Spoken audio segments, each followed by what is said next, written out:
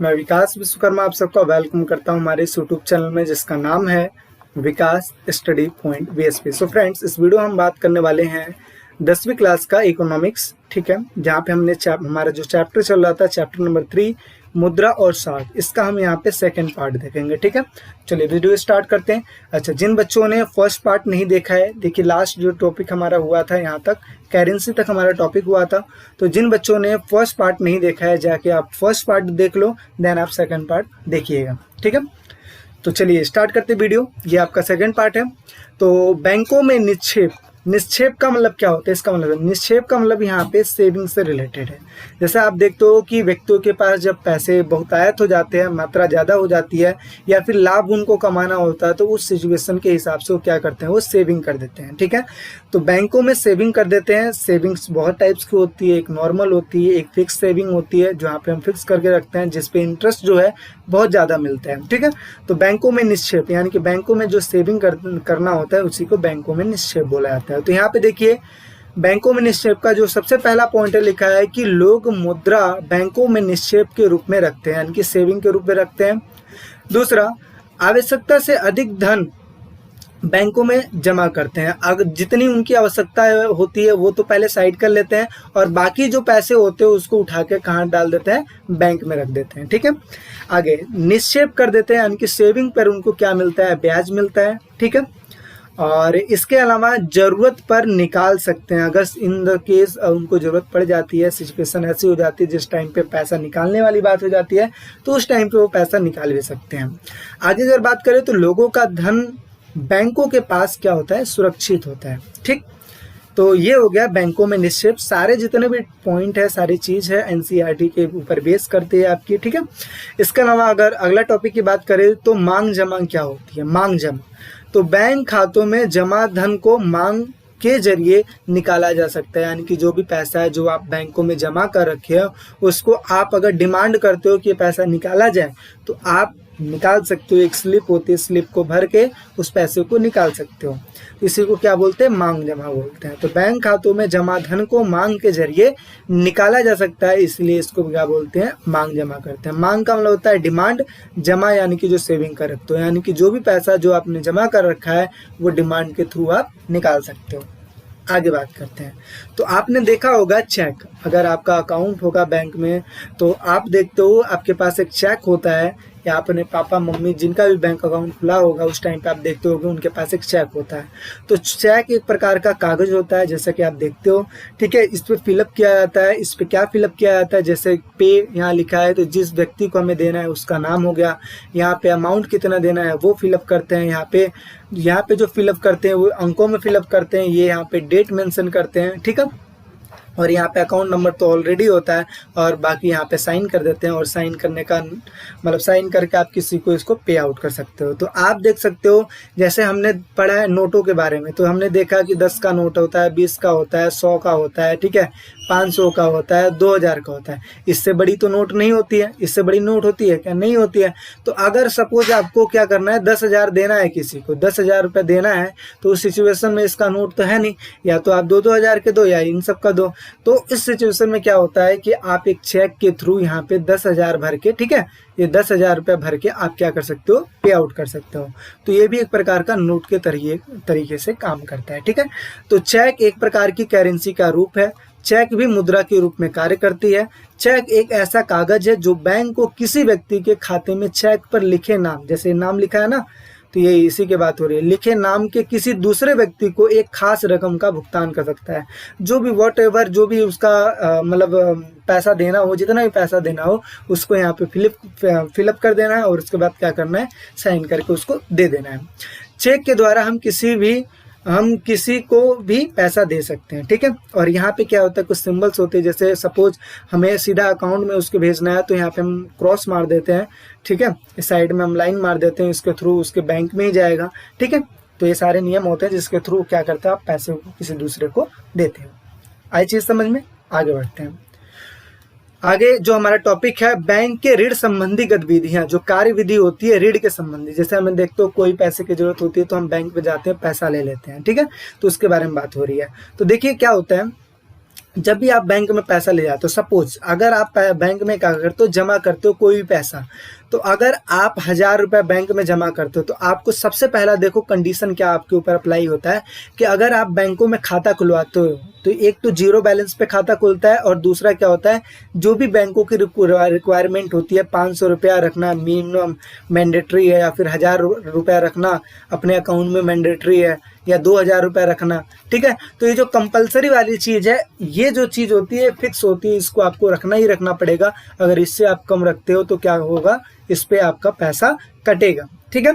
तो एक तो ये हो गई। अब क्या होता है, आप अगर बैंक में पैसा जमा करते हो तो बैंक क्या करती है, अगर आपने 1000 रुपये जमा कर रखा है तो बैंक क्या करती है, इसका 15% निकालती है, ठीक है। अब 1000 का जो है आप अगर 15% निकालोगे तो कितना हो जाएगा, 150 रुपये हो गया, ठीक है, 150 रुपये हो गया। अब इस 150 रुपये को बैंक जो क्या करती है, अपने पास फिक्स करके रखती है, यानी कि इस 150 रुपये को किसी को देना नहीं है। ये सिक्योरिटी की अमाउंट होती है। अगर इन सिचुएशन किसी व्यक्ति को बहुत ज़्यादा लोन की ज़रूरत पड़ गई तो उस टाइम पे इन पैसों को उठाकर दिया जाता है, ठीक है।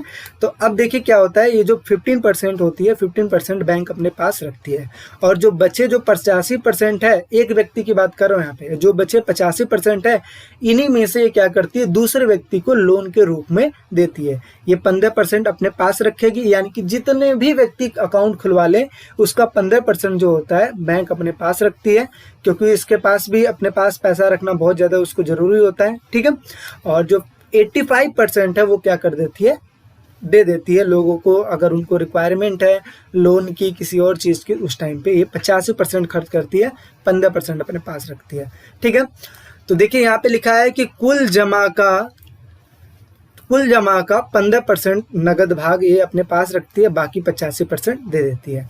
आगे क्या होता है, जो व्यक्ति जमा करता है पैसा बैंकों में तो जमा पर क्या देती है, ब्याज देती है, ठीक है, उनको ब्याज देती है। आगे ऋण पर ब्याज लेना, इसका काम क्या होता है बैंकों का, अगर आपने बैंक से 1000 रुपये लिया है तो इस पे जो है आपको जो भी इसका ब्याज है 2% हो गया, 3% हो गया, 5% हो गया, 10% हो गया, जो भी रिक्वायरमेंट है जो बैंक देती है, जिस भी रेट पे देगी उसको आपको क्या करना पड़ेगा, पे आउट करना पड़ेगा।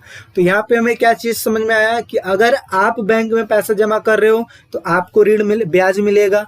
अगर आप बैंक से पैसा ले लेते हो लोन के तौर पे तो आपको उसके बदले में ब्याज देना पड़ेगा, ठीक है। देखिए जो 4th पॉइंट लिखा है वो क्या लिखा है कि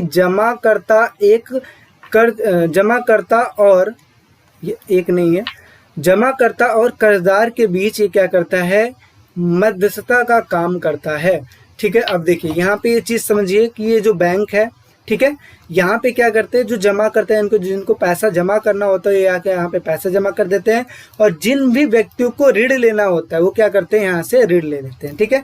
ये चीज़ समझ में आ गई। अब देखिए, अब ये पैसा उठा के इसमें जमा किए तो इनको क्या मिलेगा, ब्याज मिलेगा, ठीक है। जो भी पैसा जमा करते हैं उनके ऊपर इनको ब्याज मिलता है। अब जो एक कर्जदाता है, ये जो कर्जदाता अगर ये पैसा लेते हैं बैंक से तो इनको ब्याज देना पड़ता है, किनको, बैंक को। तो एक सिचुएशन में ब्याज मिल रहा है और एक सिचुएशन में ब्याज देना पड़ रहा है। जो जमा कर रहा है उसको ब्याज मिलता है, जो कर्ज लेता है उनको ब्याज देना पड़ता है, ठीक है। आई बात समझ में। तो ये चीज़ हो गया। अगर आगे बात करें तो बीच का जो अंतर होता है, ये जो जमा करता और जो कर्जदार है इनके बीच का जो अंतर होता है, इसी से जो बैंक है वो लाभ कमाती है और इसी के द्वारा बैंक चलती है। आगे बात करते हैं साख। साख का मतलब होता है गुडविल, जैसा कि हमने पढ़ा प्रतिष्ठा या गुडविल।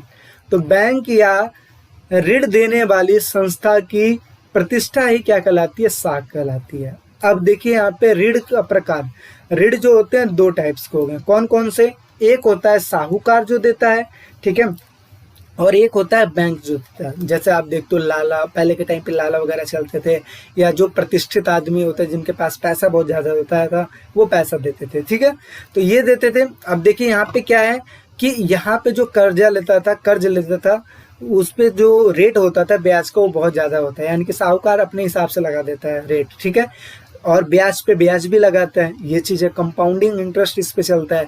अब जो बैंक होता है, बैंक में क्या होता है कि निश्चित जो फिक्स रेट होता है कि आपको 2% देना है तो आपको 2% ही देना है, कोई इसमें एक्सचेंज वाली बात नहीं है। तो सुविधाजनक कर्ज देता है कौन? बैंक देता है, और नियमित ब्याज होता है। लेकिन साहूकार का क्या होता है? ब्याज का जो दर होता है वो बहुत ज़्यादा होता है। ऋण लेने की शर्तें क्या होती है? एक तो पहली बात ब्याज दर आपको देखना है। दूसरा, समर्थक ऋणदाता, अगर सपोज इन द केस आप अगर ब्याज देने में असमर्थ हो तो उस सिचुएशन में आपके पास कृषि होना चाहिए, यानी कि खेत होना चाहिए, इमारतें होनी चाहिए, या पशु या भूमि या गाड़ी या जेवर, आपके पास इनमें से कुछ होना चाहिए जो कि आप गिरवी के तौर पर इन साहूकारों के पास या बैंकों में आप जमा कर पाओ। इन द केस आप अगर पैसा नहीं जमा कर पाते हो तो, क्योंकि उनको कुछ ना कुछ चाहिए, तो ये इस चीज़ें होती हैं, इनके तौर पे आप क्या ले सकते हो? ऋण ले सकते हो। आगे बात करते हैं आवश्यक कागजात, जो भी इनके पास कागजात होती है, जो भी इनकी रिक्वायरमेंट होती है उस हिसाब से आपको कागजात देने पड़ेंगे, ठीक है। आगे भुगतान के तरीके। अब यहाँ पे एक चीज़ और समझ में आता है कि अगर आप पैसा ले लिए हो तो आप भुगतान कैसे करोगे, तो भुगतान के तरीके क्या रहेंगे, ठीक है। तो इस हिसाब से आपको ऋण मिल जाएगा। आगे बात करते हैं ऋण के प्रकार। तो ऋण के अगर प्रकार बोले तो ऋण के प्रकार दो टाइप्स के होते हैं। कौन कौन से? औपचारिक ऋण क्षेत्रक और दूसरा होता है अनौपचारिक ऋण क्षेत्रक। औपचारिक क्या होता है और अनौपचारिक क्या होता है, इस चीज को समझो। औपचारिक ऋण क्षेत्रक वो क्षेत्रक होता है जो फिक्स ही बनाया गया है कि आपको यहाँ पे पैसा जमा करना पड़ेगा और यहीं से आपको पैसा मिलेगा। औपचारिक होता है जो कि रजिस्टर होता है, गवर्नमेंट के गाइडलाइन से चलती है, गवर्नमेंट के अंदर होती है। और जो अनौपचारिक होता है ये फिक्स नहीं होता है, ये साहूकारों के हाथ में होता है, जमींदारों के हाथ में होता है। कोई भी उद्योगपति, भूमिपति, जो सबसे ज्यादा अमीर व्यक्ति होता है, ठीक है, वो अनौपचारिक रूप से ऋण दे सकता है। जैसे आप देखते हो कि शहरों में आप रहते हो तो जैसे डीलर देते हैं पैसा, है ना, तो इसी हिसाब से। तो ऋण दो प्रकार के हो गए, औपचारिक और अनौपचारिक। तो अब देखिए यहाँ पे औपचारिक ऋण क्षेत्रक में क्या है। औपचारिक ऋण क्षेत्रक जैसे हो गया बैंक, दूसरा होगा सहकारिता समिति। तो बैंक समझते हो आप क्या हो गया, जो कि आप देखते हो। सहकारिता समिति क्या होता है अभी मैं बताऊंगा नेक्स्ट स्लाइड में, अभी बस इतना समझ लो, ये भी एक प्रकार की संस्था होती है, जैसे बैंक है वैसे ये भी है, ठीक है। अब देखिए अब क्या होता है कि यहाँ पे अगर औपचारिक तौर पे बात करें तो जो गरीब परिवार के हैं, जो गाँव में रहते हैं, उनको तो इतनी नॉलेज है नहीं कि कैसे कैसे लोन लेना है बैंकों से। तो वो क्या करते हैं, जो जमींदार होते हैं उनसे लोन लेते हैं, है ना, उनसे पैसा लेते हैं। यानी कि अनौपचारिक विधि से क्या करते हैं, वो लोन लेते हैं।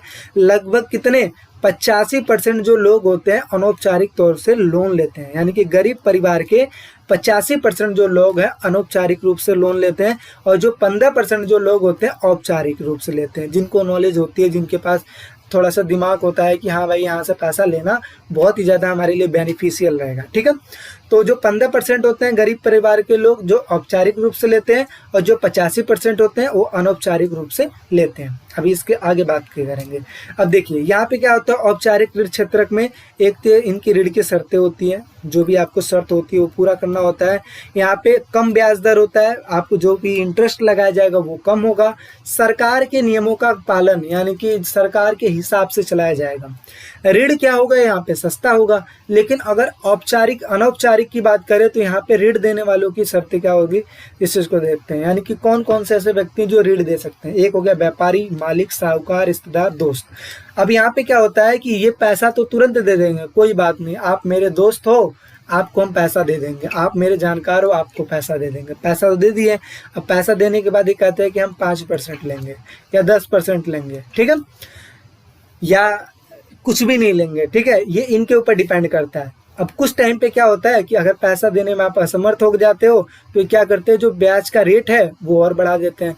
क्योंकि अनौपचारिक जो चीज होती है ना, ये रजिस्टर्ड नहीं होती है, ठीक है, रजिस्टर्ड नहीं होती है, तो रजिस्टर्ड नहीं होती है।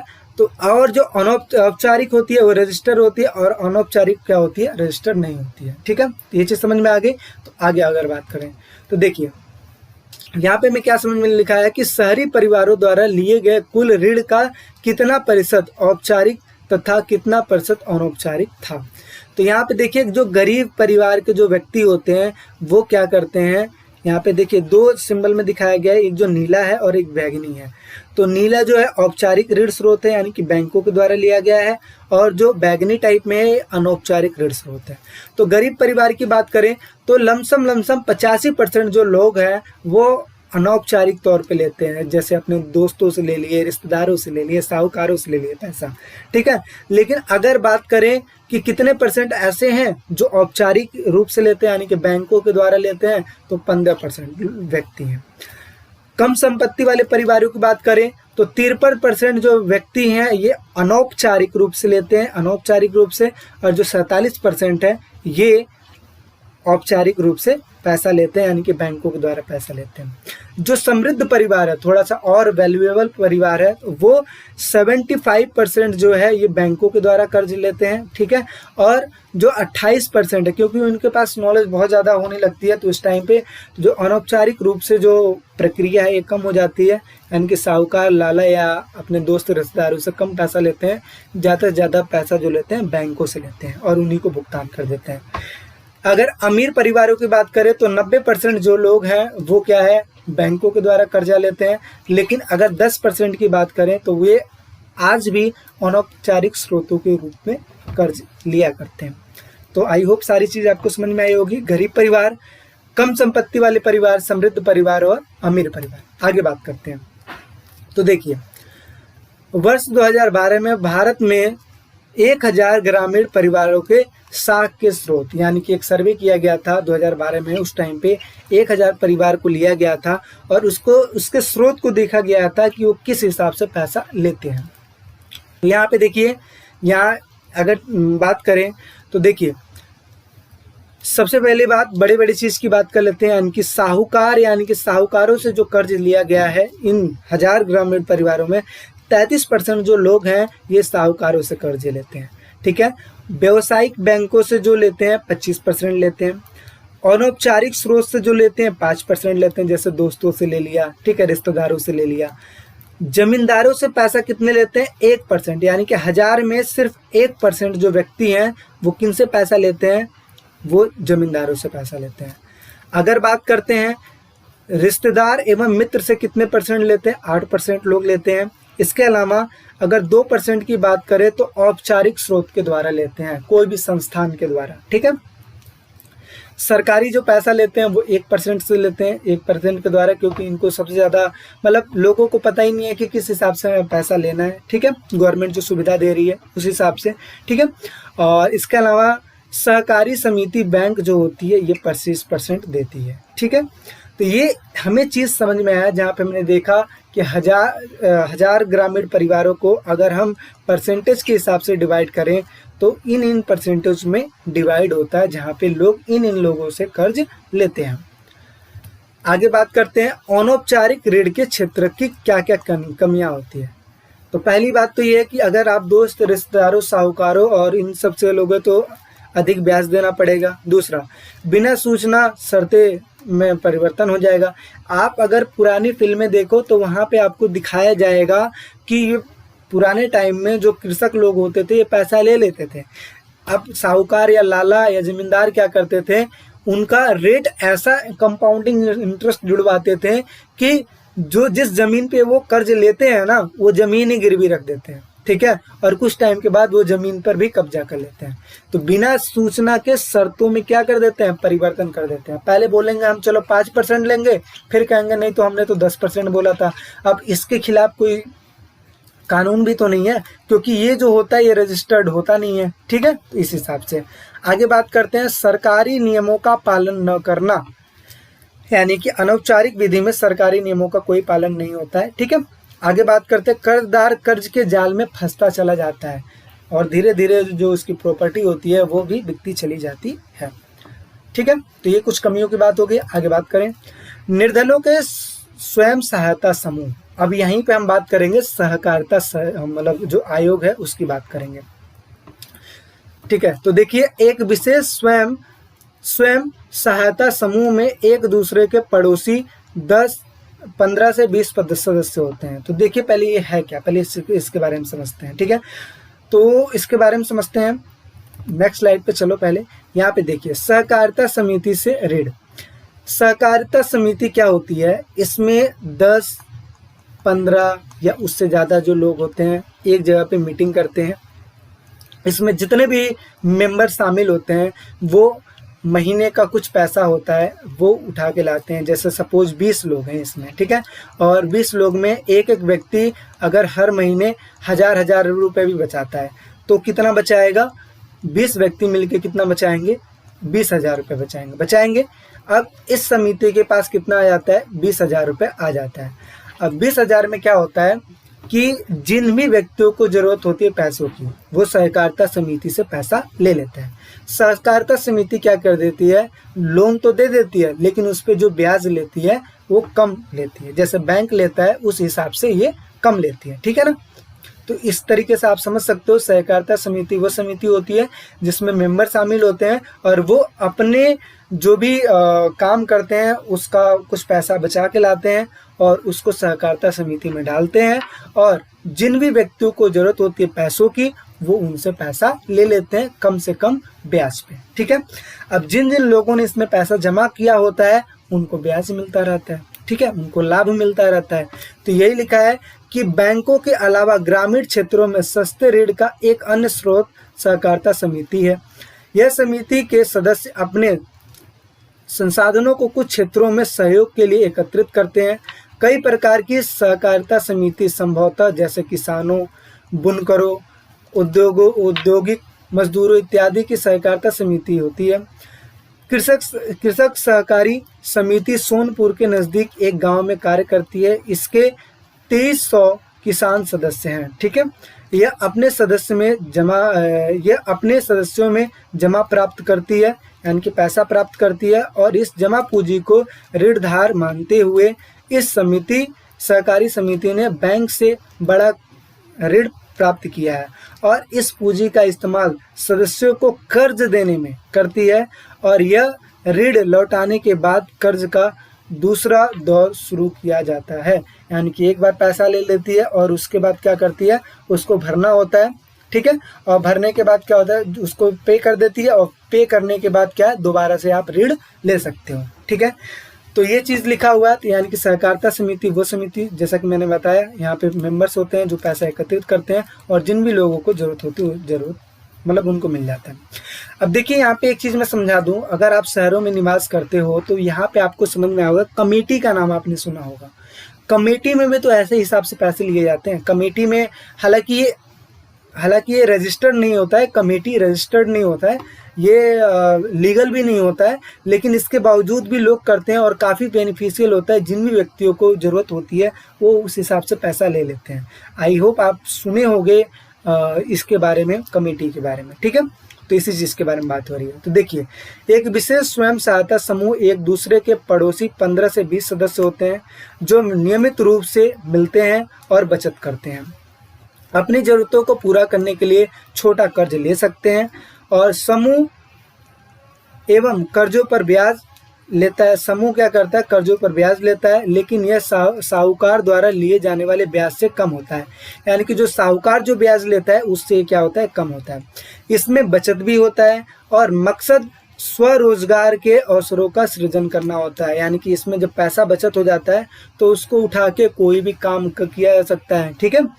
और आगे क्या होता है कि यह ऋणधार की कमी से उबारता है। यानी कि जो आप साहूकारों से कर्जा लेके फंस जाते हो उससे क्या करता है, ये उबारता है, ठीक है। तो ये चीज़ आपको समझ में आ गई, ये भी मैंने समझा दिया। आगे बात करते हैं। देखिए यहाँ पे गुजरात में महिलाओं का स्वयं सहायता समूह का बैठक, ऐसे ही कमेटियाँ होती हैं, ऐसे ही जैसे समझ सकते हो ना, इसमें मेंबर्स हैं, इतने सारे लोग होते हैं, ये अपना पैसा बचा के लाते हैं 1000 रुपये या फिर जो भी इनकी रिक्वायरमेंट होती है 1500 जो भी बचा सकते हैं वो लेके आते हैं, जमा करते हैं, फिर देखते हैं कि किन लोगों को ज़रूरत है। वैसा तो है नहीं कि सभी को ज़रूरत होगी, जिन लोगों को ज़रूरत होगी वो उनसे पैसा ले लेंगे, वो उस पर ब्याज भर देंगे, ठीक है, या जो भी शर्तें होगी उस चीज़ को पूरा कर देंगे और इस पर जो ब्याज होता है वो कम होता है, ठीक है। तो ये एक तरीके से समझ सकते हो कि ना तो ये बैंक है ना तो ये साहूकार लोग हैं, ये आपस में एक सहायता समूह है, ठीक है। तो आई होप सारी चीज़ें समझ में आई होगी और इसी के साथ क्या होता है, आपका चैप्टर ओवर हो जाता है। सारे टॉपिक मैंने कवर अप करा दिया, हर एक चीज़ को मैंने समझाने की पूरी तरीके से कोशिश की गई है। इसके अलावा अगर कोई भी किसी प्रकार की कोई दिक्कत होता है, डाउट होता है, तो आप कमेंट सेक्शन में कमेंट कीजिए और आप मुझे बताइए कि किन किन चीज़ों को आपको समझ में आया, क्या क्या चीज़ें आपको सबसे ज़्यादा अच्छी लगी और क्या क्या चीज़ में आपको थोड़ा बहुत डाउट है, वो अगर डाउट है तो वो भी पूछ सकते हैं, ठीक है। और बाकी वीडियो अच्छी लगती हो तो लाइक करें, शेयर करें, सब्सक्राइब करें। मिलते हैं एक नेक्स्ट वीडियो में, अभी के लिए बाय बाय, टेक केयर।